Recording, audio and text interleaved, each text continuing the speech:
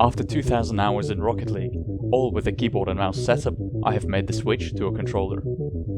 Make sure to check out the first 2 videos for full context. The plan to reach my old rank of Champ 2 and even push past it consists of 5 stages. The first stage is to get comfortable with holding a controller and training my muscle memory to remember what all of those fancy buttons do.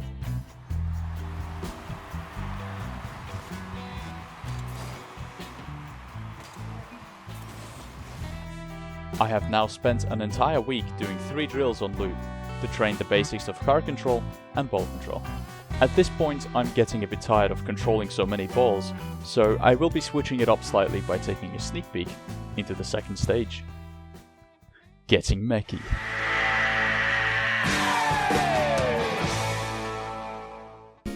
I will include dribble training every other day to at least make myself look a little less stupid while training ground control.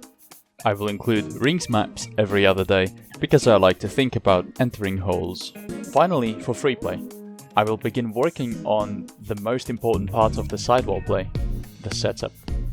My goal here is to get a clean touch from a variety of angles, air roll towards the ball and try to stay beneath it to have a consensual peek at its underside. To keep track of progress, I'm going to do a benchmark test in 2 maps, Dribble Overhaul 2 and Speed Jump Rings 3 by DMC. In the dribble map, I was way too optimistic thinking I could finish it. After getting stuck at almost every obstacle past level 10, I decided for a 15-minute timer instead, to see how far I can get in the given time. As for rings, I managed to actually surprise myself, because I didn't just beat the map, I also got a time that's just about 1 minute behind my personal best on KBM. I don't want to jump to any conclusions just yet, but the ease at which I was able to complete the rings map is quite suspicious nonetheless, and definitely something I will take into account when analyzing the differences to compare KBM and controller. With just a few levels remaining to reach the requirements for competitive matchmaking, I must prepare myself mentally and visually. You might have already noticed, my car is looking kinda basic. I think it's finally time to give it a little personality. Unpopular opinion. If the saying, "the hat makes the man," is true, it then logically follows that the topper makes the car.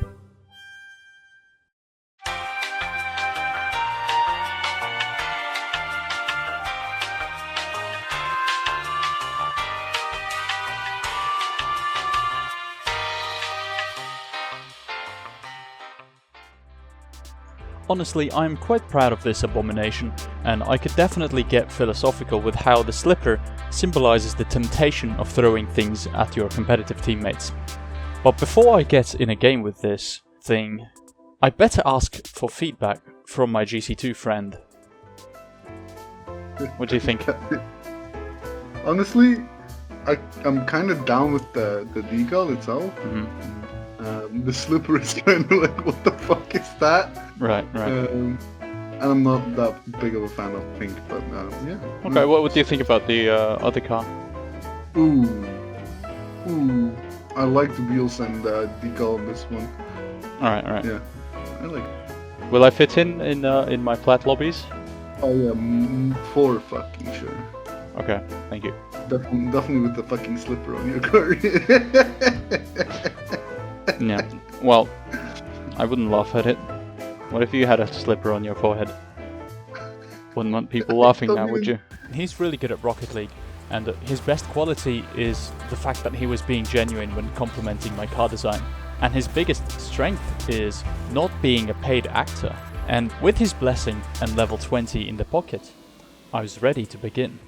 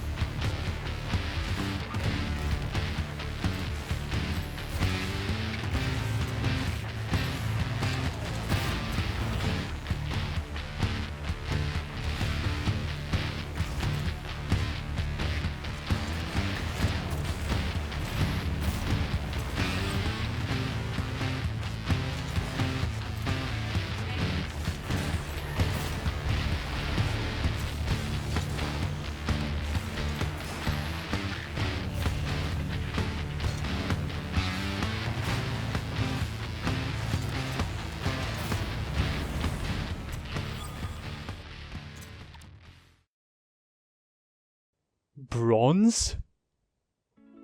Why am I in bronze?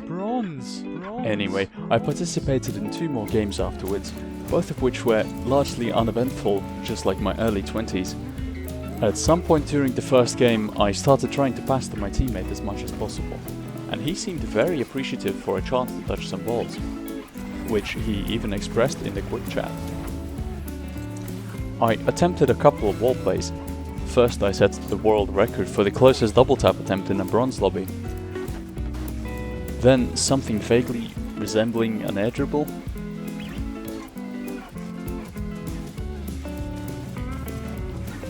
This is a fantastic one, watch this. Now the opponent has committed past me, so I jump to avoid the bump. But it was my teammate! What an absolute legend.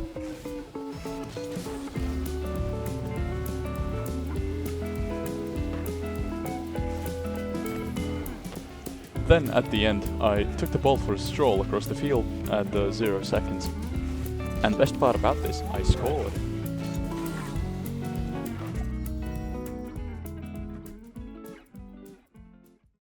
To conclude this video, I'm definitely seeing incredible improvement from day to day. The structured training seems to be working. Since my clumsiness with vigorous button mashing is still occasionally present, I expect to get stuck within the high plats or low diamond range initially. In the next episode, I'm going to challenge my old Champ 2 teammate to a 1v1.